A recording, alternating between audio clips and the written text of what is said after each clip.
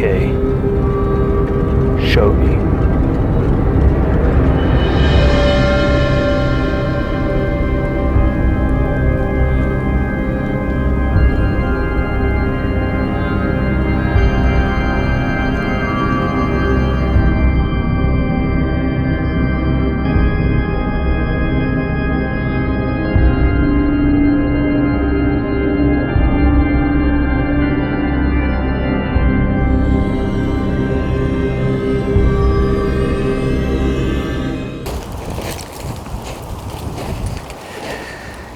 Well, it's already into October and I haven't done any work on Christine here.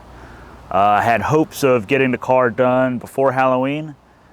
I don't know if that's going to happen, but I guess I'll give it a try. I'm going to have to replace the engine at minimum and do the brakes. Then technically the car could be driving. But there's some electrical issues, the lights don't work, things like that, little small things I would have to work on too to make it, I don't know, safe to drive. So I guess with that being said, I'm gonna try to get this car started and moved over to the work area so I can see about getting this thing done. Well, at least done enough to be drivable for Halloween. Oh yeah, the door handle doesn't work.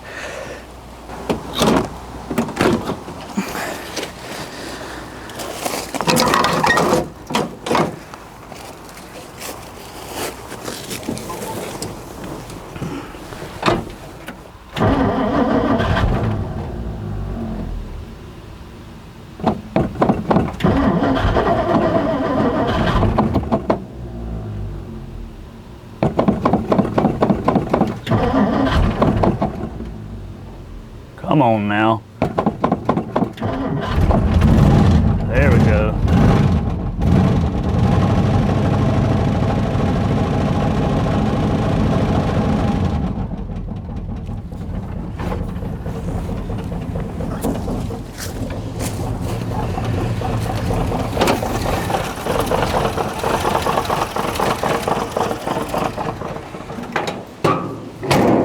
This thing always starts, though it's probably the worst running car I own.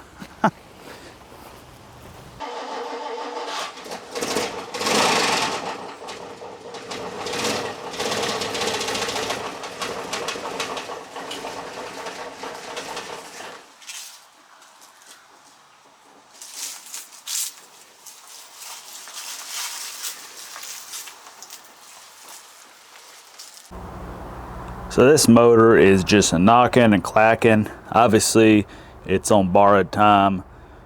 So I need to pull this thing out and swap in another motor. I got several just sitting in the shop. And there's other little things I need to do. I mean, the brakes don't really work too well. And we got like this battery cable that's just kind of vibing. Don't have a bolt on it or anything. Power steering pump was empty with no cap. I've since put a cap on it, so I don't know why it was empty or if it just didn't work or what the deal was. So I have to look into that. And there is a rat's nest of wiring to kind of sift through. And that's just under the hood. There's a lot of other things to do on the car, which I'll get into later on. But first things first, this thing ain't gonna be doing anything if it don't have an engine that ain't gonna explode at some point.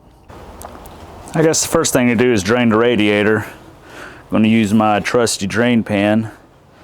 This thing has been around for decades, mainly as an oil drain pan. My dad used it, my granddad used it. Is it the best thing for it? No, but why not? It's been in the family this long, being used for draining stuff for decades and decades. I'm just gonna keep using it. I'm sure people got tools that aren't the best for the job, but have been around forever and you just don't want to get rid of them.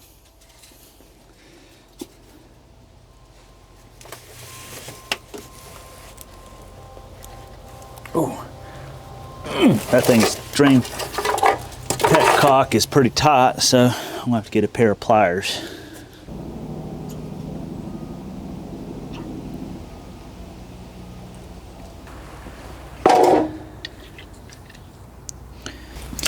Need to remove this power steering pump, among other things, so I can get this motor ready to pull out.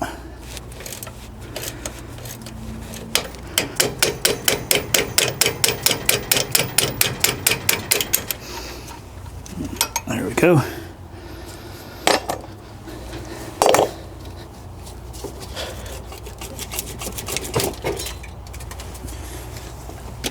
Power steering pump. Push that out of the way. Don't have to disconnect the lines. You can just leave it hooked up. I guess I can remove the overflow tank.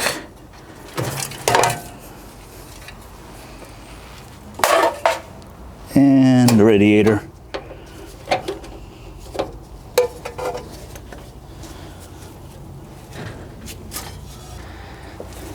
And there's the transmission coolant lines on the bottom that need to come off.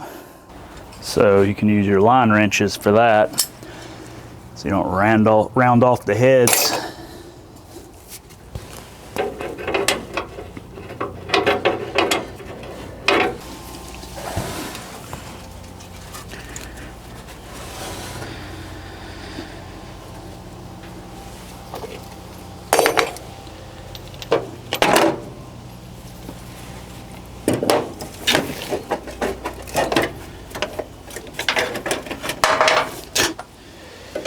The downside of having a rusty car is your tools end up falling places that you can't normally get to. So my socket is now missing. Cool. That's cool. Okay, well, I guess I'll just have to get a different socket.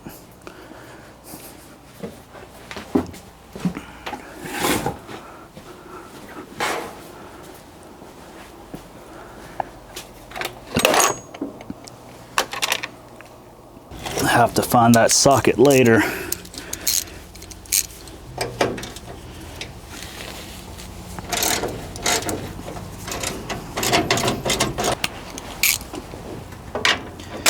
Yep, metric. That's annoying when people put metric bolts in randomly.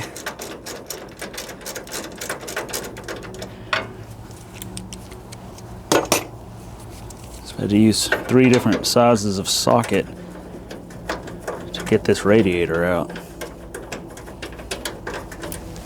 Oh, great, it's just a nut and bolt on this. Okay. Now I can pull the radiator out. Alternator conversion here. Take off the power wire. It's nice and greasy. Guess I can remove the battery while I'm here. I ain't gonna be needing that. Oh, there's my socket. There's my socket down there on top of the frame rail. There's this handy door here.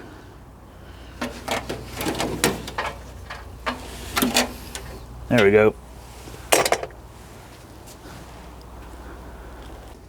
Oh, that's not quite how you're supposed to mount the vacuum tank, which is conveniently right next to the starting solenoid, so it could just touch it and cause a shower of sparks and fun. Some people really shouldn't be working on cars. You can see this mess of wires. I mean, bare wires, taped wires, speaker wire. There's just cut wire laying in there. More bare wires, look at that right there. Twisted together. More cut wires. I don't know what the heck's going on here. And this power steering line, look at that. It's like, I can't even see it, all these stupid wires in the way. It's like been brazed together. Never seen that before. Kind of weird.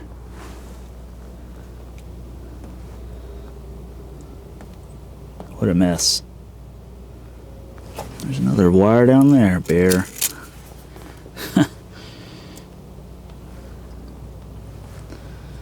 What a mess. I'll probably have to fix all that so the car don't catch on fire.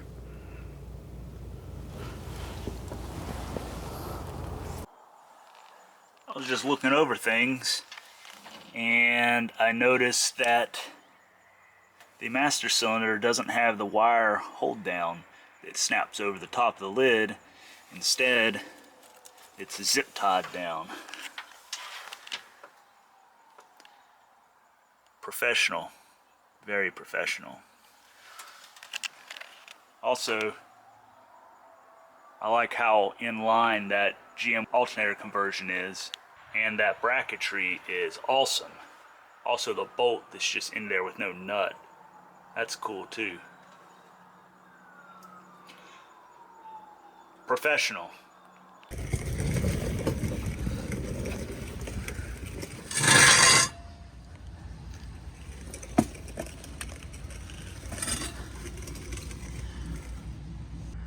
Okay, so first things first, in order to get this knocky motor out, disconnect the drive shaft from the back of the transmission.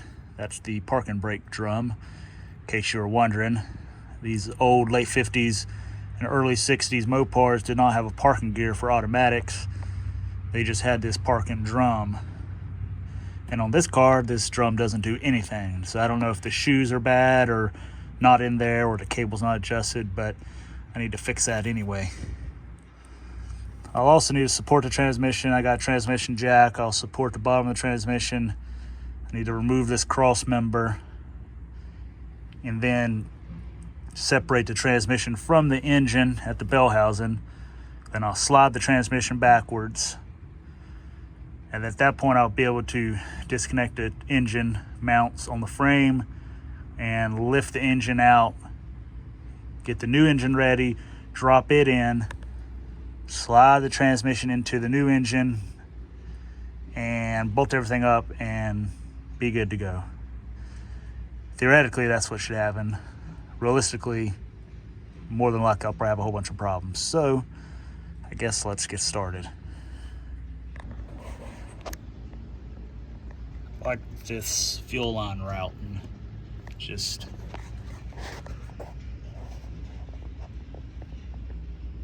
tied in various places on the floor pan, dangling around. Doesn't take much to mess that up. But got newer exhaust at least.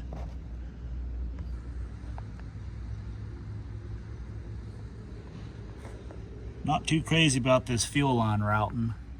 Just underneath the car with pieces of, looks like weed eater string holding it up, and it's weird.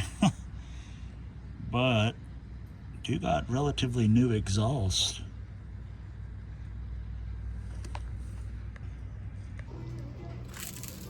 Well, got my non-slip grip stand here, good for standing up on since the car is jacked up in the air. And I got a fender cover, which I've never had before, but I was at a swap meet, picked this up to look at it, and the guy just said to take it. So that was cool. So now I won't scratch the already scratched up paint.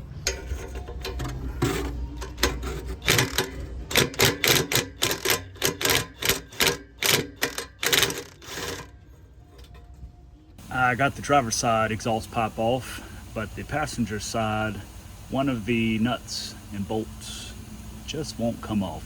So I'm going to just cut it off because I'm going to replace the bolts anyway.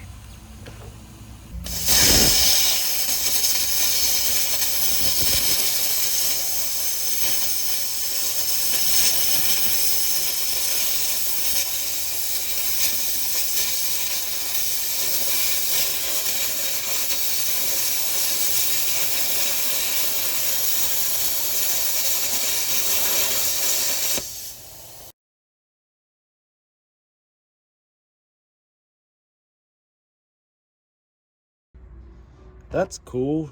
Don't need nuts on your motor mounts. See if there's one over here. Yeah, there's a nut on it, but it's on the wrong side of the frame mount. Nice. Yes, not how that's supposed to be. Got that free floating engine. Also noticed that on the idler arm, they just used a regular nut and bolt. It's supposed to have a bolt with a hole in it and a castle nut, so you could put a cotter pin in there to keep it from somehow working its way loose. You gotta think this thing's moving back and forth, vibrations on the road. A regular nut actually looks like a lug nut. Could work itself loose and the bolt just slide out, and then this idler arm just comes off the frame, and then your wheel just, and you end up in the ditch or into incoming traffic or something. So I guess I probably should fix that too.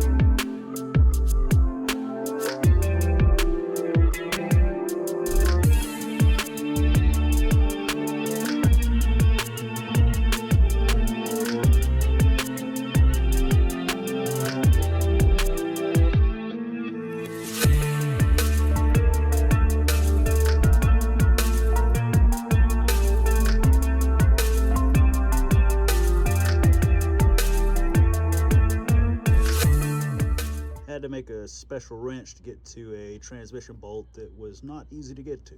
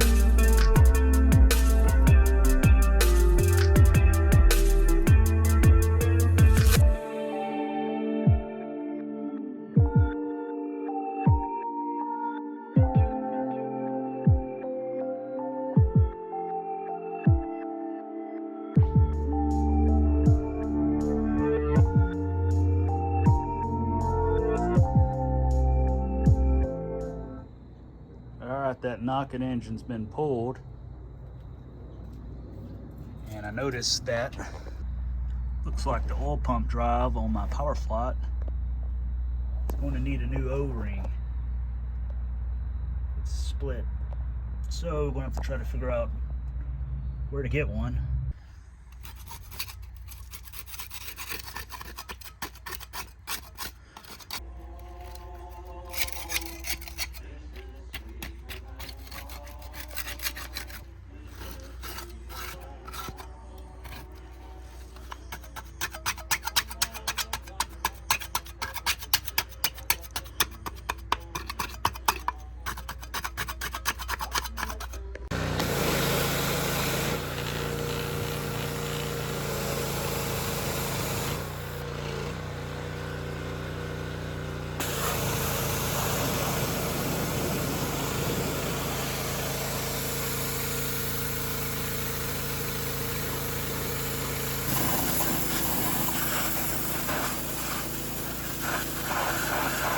So on these late 50s and early 60s Mopars with the cast iron automatic transmissions, the torque converter is bolted to the back of the crank. So there's studs that on the torque converter that fit into the crank, and 8 nuts hold it to the crank. You have to remove the torque converter before you can get to a hidden bolt that goes this way. And the whole idea is, I guess, so you wouldn't damage things by trying to take it apart another way. I made a special tool, basically a really long 5/8 inch wrench, in order to get up in here and take these things loose.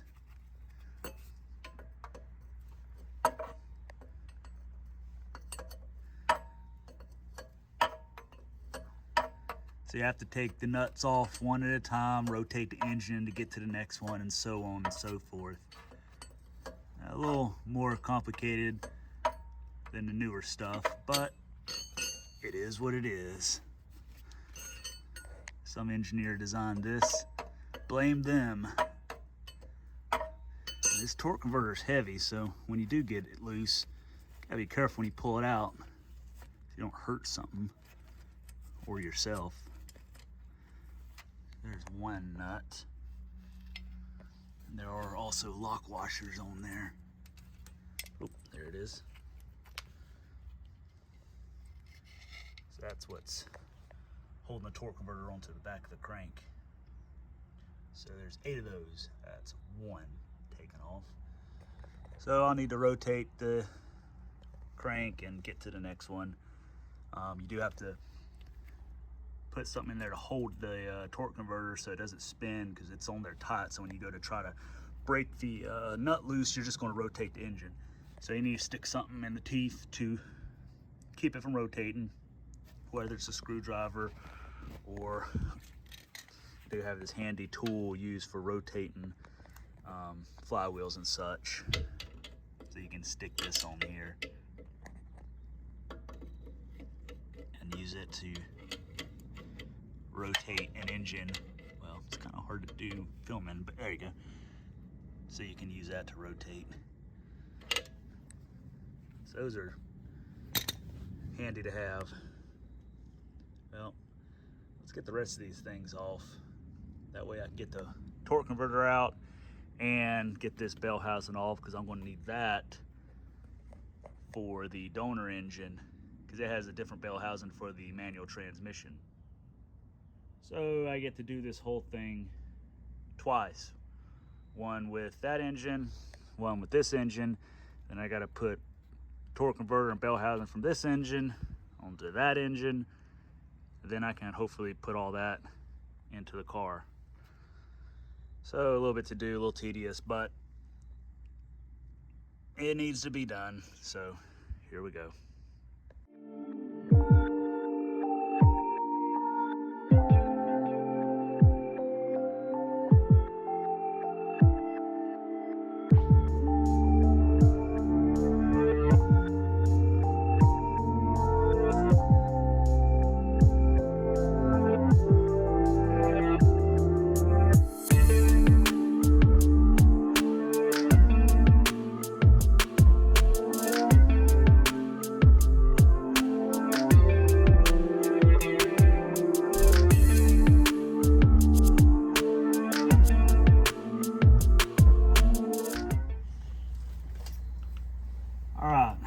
Got all 8 nuts and washers off the torque converter.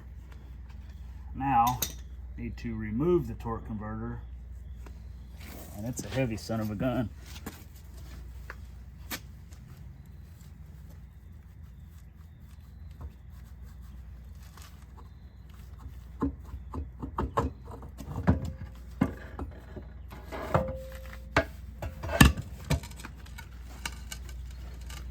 There it is. You can see the 8 studs on the torque converter that slide into the crank. Let me set this out of the way.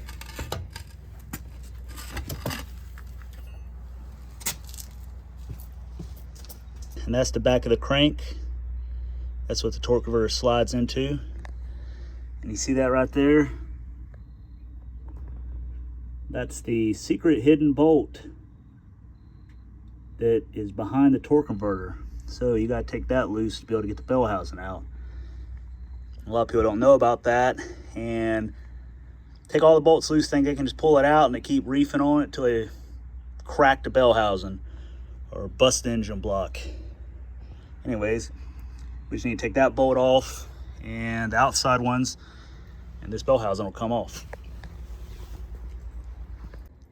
So the jack on my hoist decided to start spewing hydraulic fluid everywhere, and I didn't really feel like trying to see about rebuilding it when I'm trying to get this motor, or not that motor, in that car. So I ordered a brand new one, and I guess I'm just gonna go ahead and throw that on here and get this working.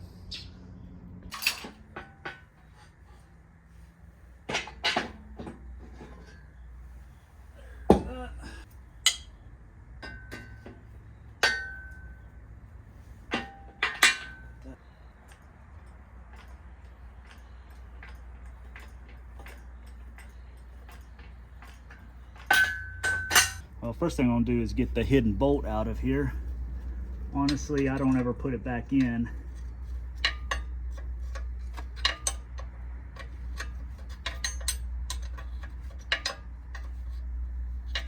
Mainly because people don't know about it.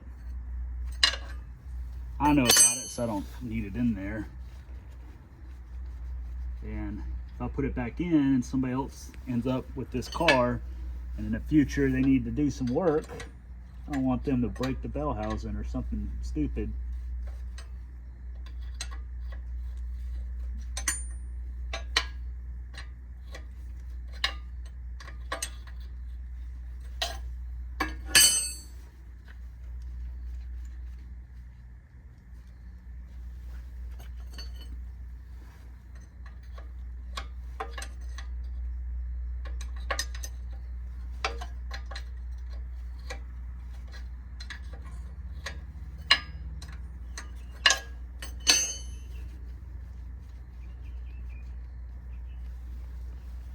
Of course, I can only get it a couple of turns with my hand, then I have to use the wrench again. It's always annoying.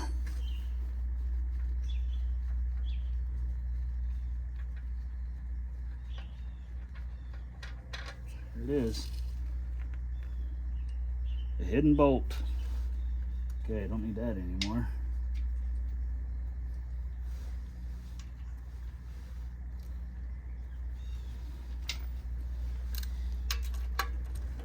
Wow. It's pretty bad when these bell housing bolts are just like finger tight. That's cool.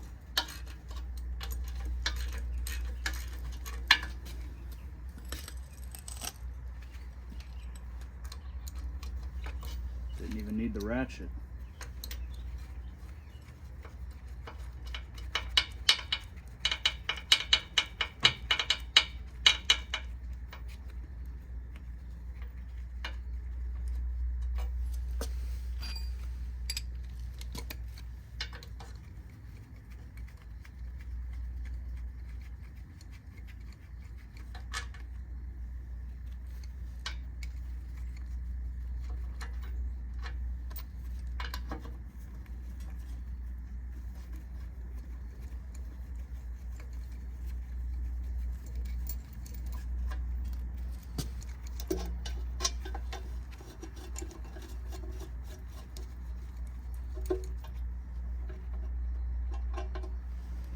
And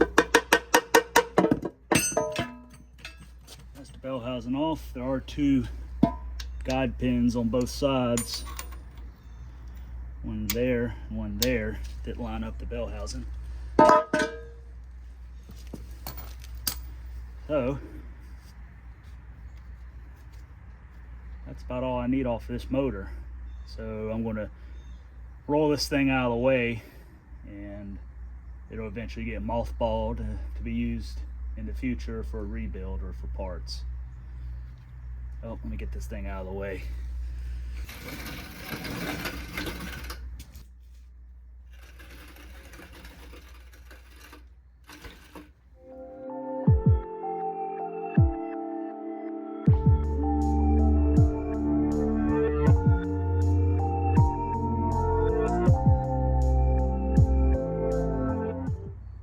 So just like the automatic bell housing, the manual bell housing also has the hidden bolt that goes in that hole there.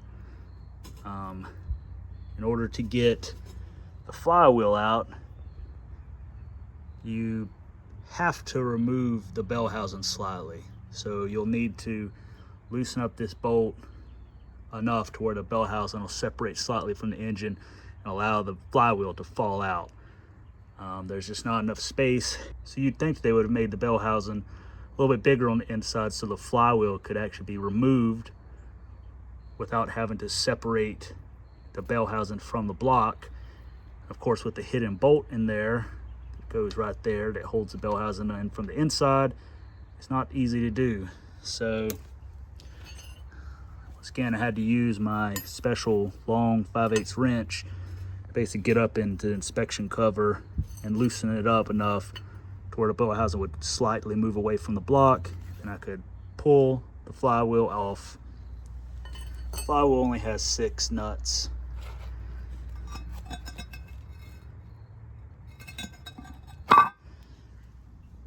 So now I just need to clean this up a little bit, and this should be ready to bolt up to the automatic.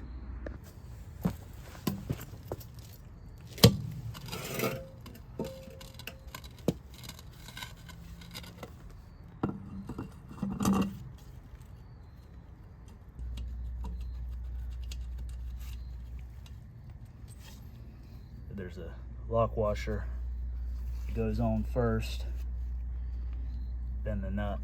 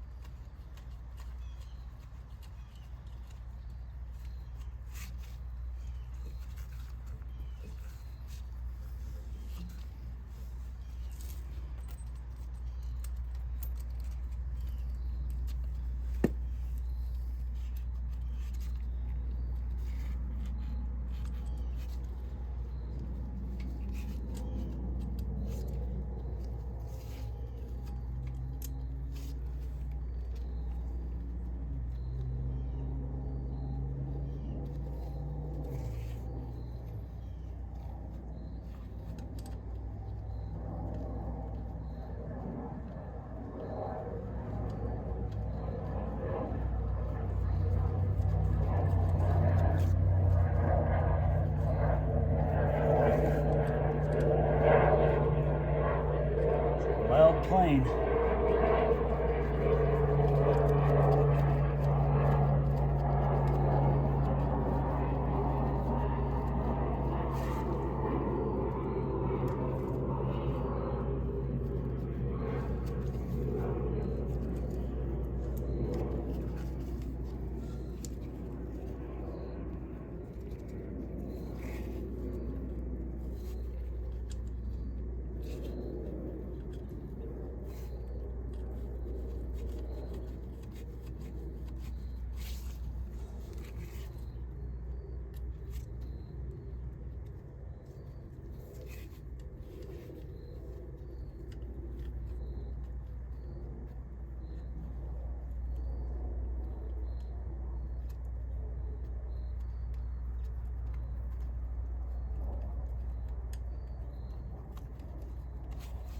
All right, now I just need to tighten all those up and put the bell housing on.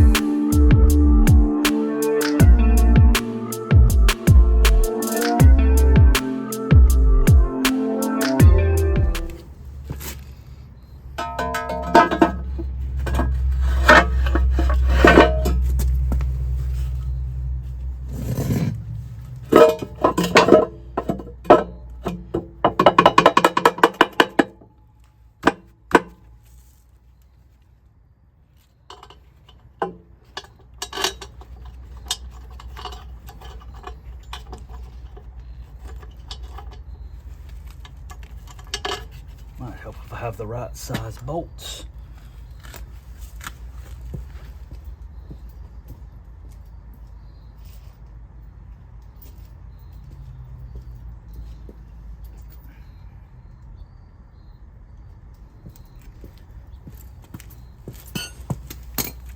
There we go.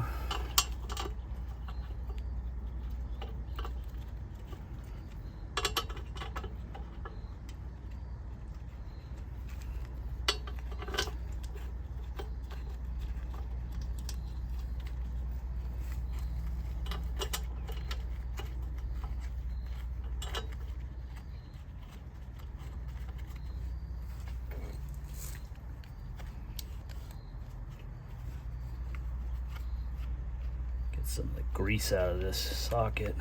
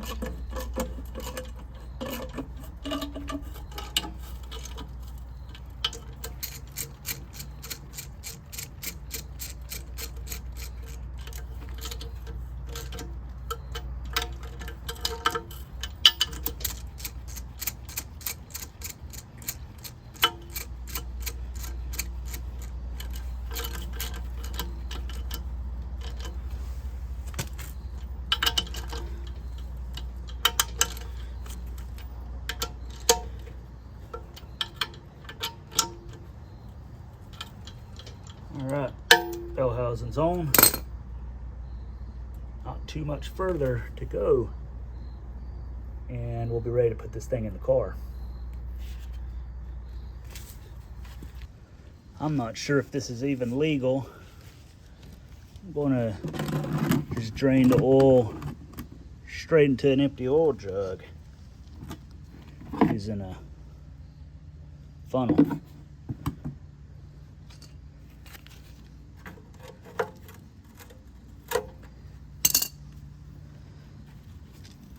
Famous last words.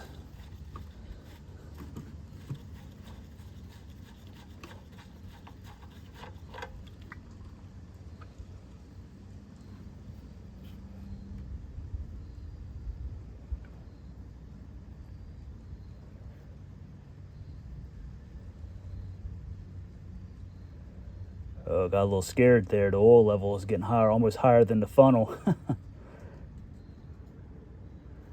Okay. Yeah.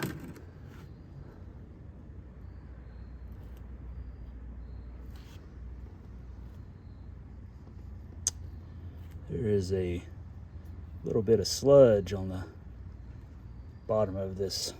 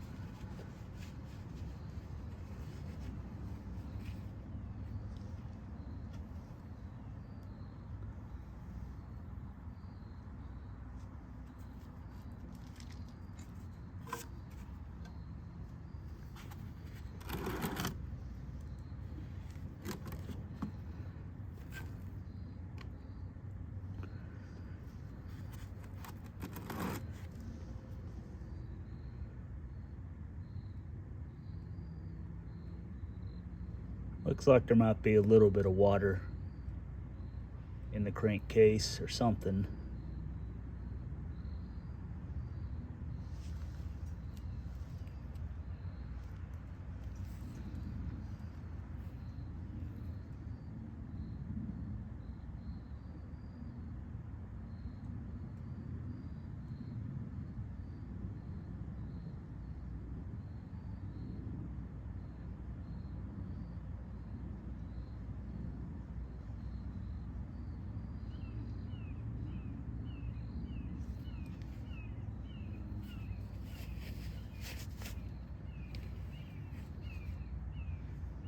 Guess we'll let that drain for a little bit.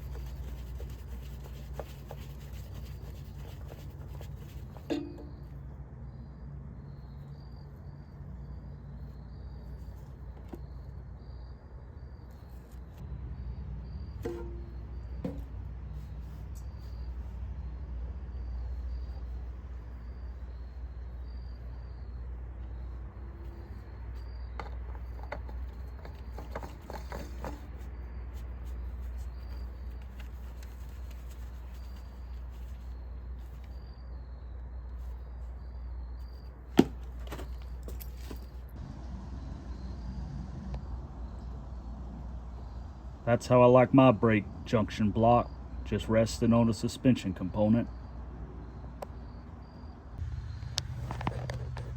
I was kind of wondering why the battery tray just kind of wobbled around, and it's because they didn't even attach it to the radiator support. So I guess I need to fix that too.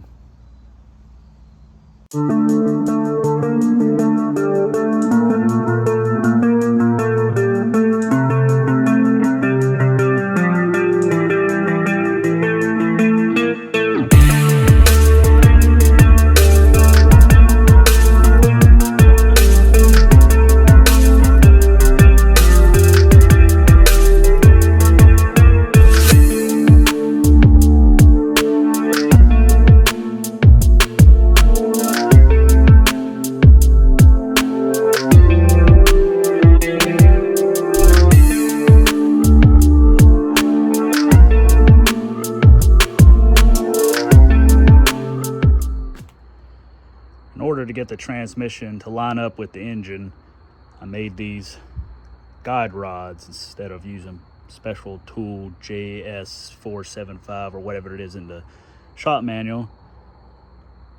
Got a bolt, cut the end of it off, slotted it so you can use a screwdriver to get it back out. Basically screw those into the bell housing. Meant to show that before I put the transmission or engine back in. Now this is a manual transmission bell housing, but this is just a visual aid. So bolt one there and one down here or up here depending on the transmission. On the one I just put in, I had to put them both on the top because there wasn't enough space down here for the rod unless you had a really short one. The push button cable in this car has a torn sleeve and is leaking transmission fluid. So in order to detach the push button cable from the transmission, you remove the neutral safety switch out of the side. Up there, it looks like this.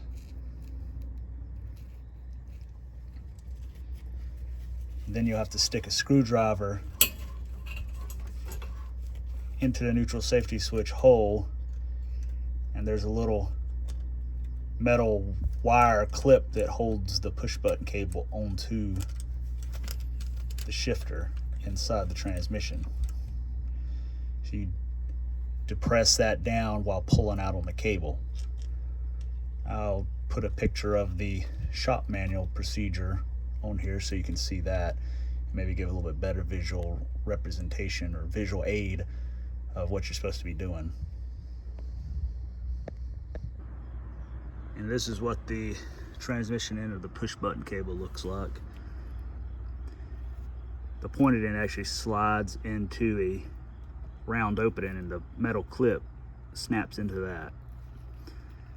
There's an O-ring here, and there's supposed to be a rubber lining, but that's obviously torn and somebody's tried to fix it with duct tape and pieces of rubber and hose clamps. So I'm going to get rid of all that, see if I can't fix it a little better. I got all the old rubber sheathing off that was compromised, as well as the pieces of rubber and tape and hose clamps and all the other stuff that they had put on here to try to stop the leak, which wasn't going to stop the leak. Anyways, now to actually stop the leak.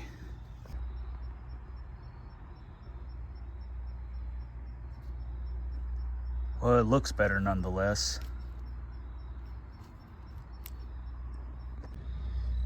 Kind of wondering why the parking brake don't work. That's what this is.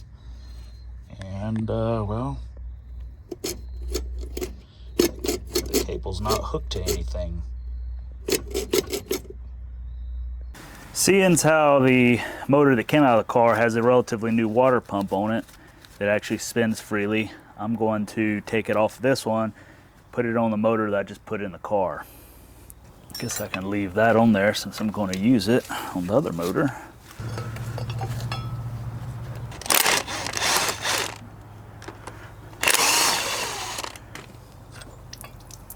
Oops. Let's try that again.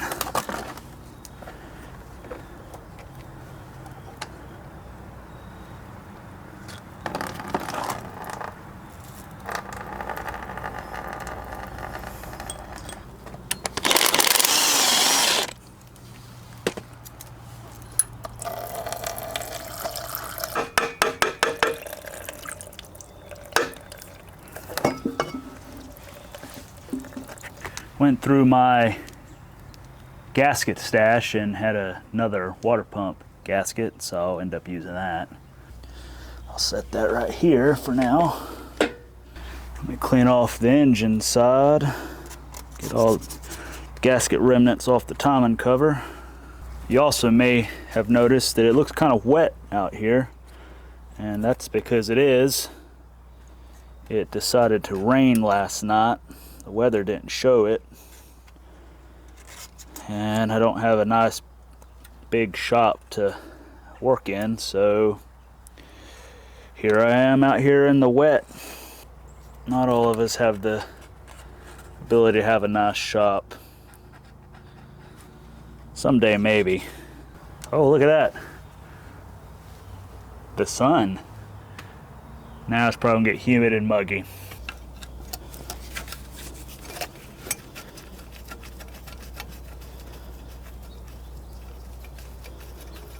And I got a little thread sealer since some of the bolts go into the water jacket.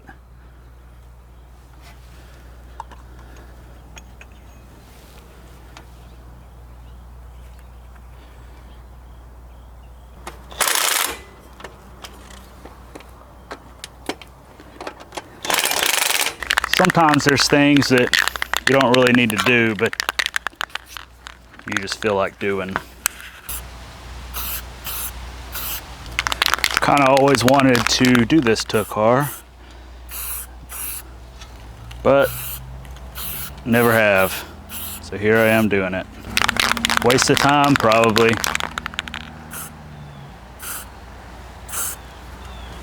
But this car is kind of a waste of time. Give it that B-17 bomber look.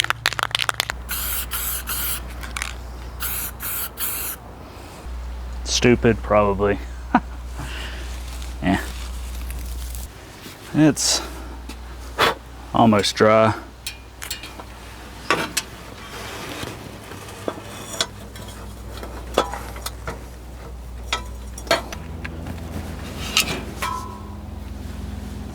It's going to be pretty cool. Maybe not.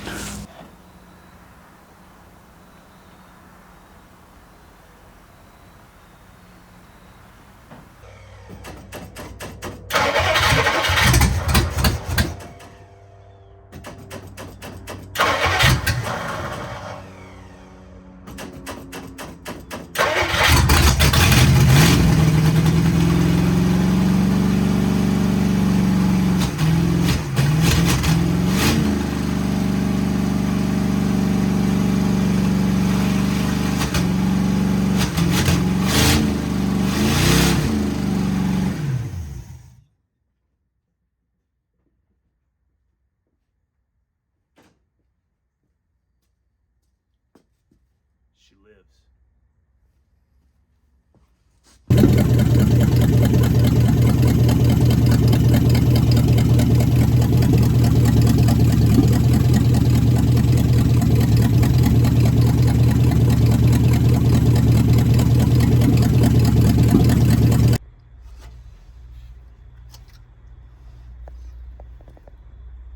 That is the original thermostat.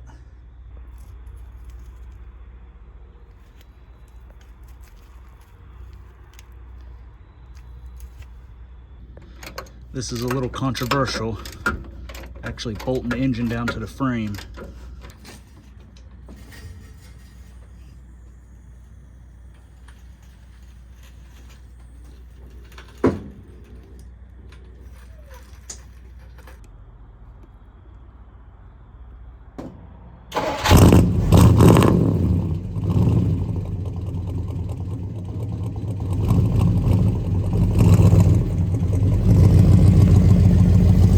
Will Christine be ready for Halloween?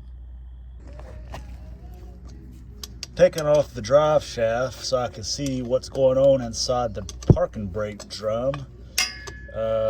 Looks like all the pieces are just dangling around in there, so it's probably why it don't work.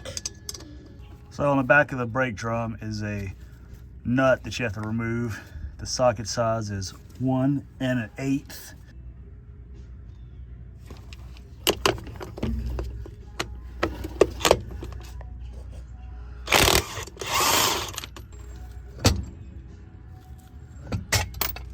A bunch of pieces falling out, and looks like all the brake stuff's laying in the drum. All right. Yeah, it goes without saying the brake shoes are done, so I'm gonna have to see if I can find some in my parts. I had a spare transmission, so popped its drum off and looks a bit better. So I'm gonna use these. All right, that's the way that's supposed to look. And now I should have a parking brake so the car don't just roll away, because these cars don't have a park gear in them. If you're wondering, how do I keep the drive shaft from moving when I'm trying to tighten the bolts? That's how.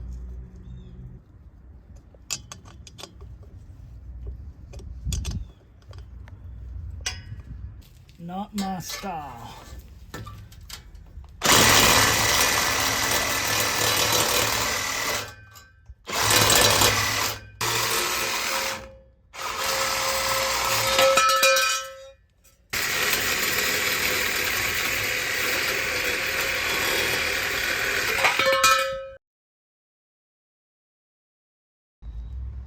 Got the alternator mounted back up with the belt actually in line, and I didn't have to use 1,000 washers.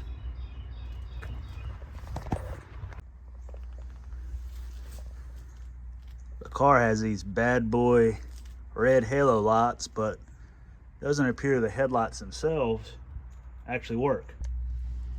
Headlights don't work, and I've been ripping apart the rat's nest and finding stuff like this. I think I got bad connections. Yeah, that looks real good. Sure, that's making a really good connection.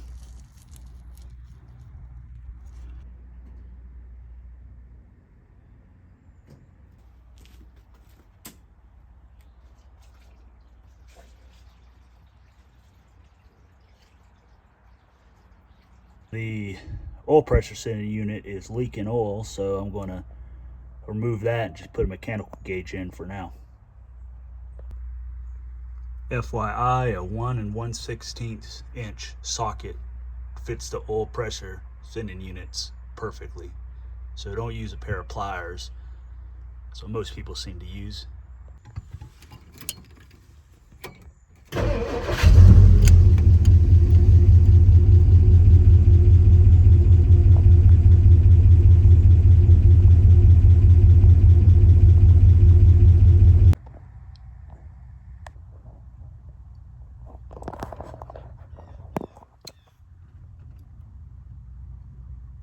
If you'll remember, the pin was about to fall off, so then there would have been absolutely no brakes.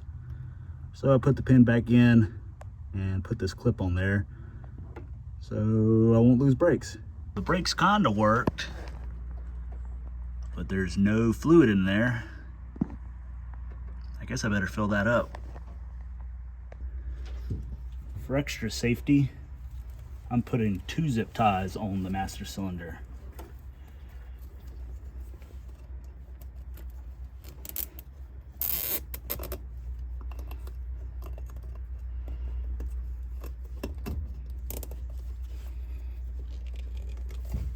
There we go.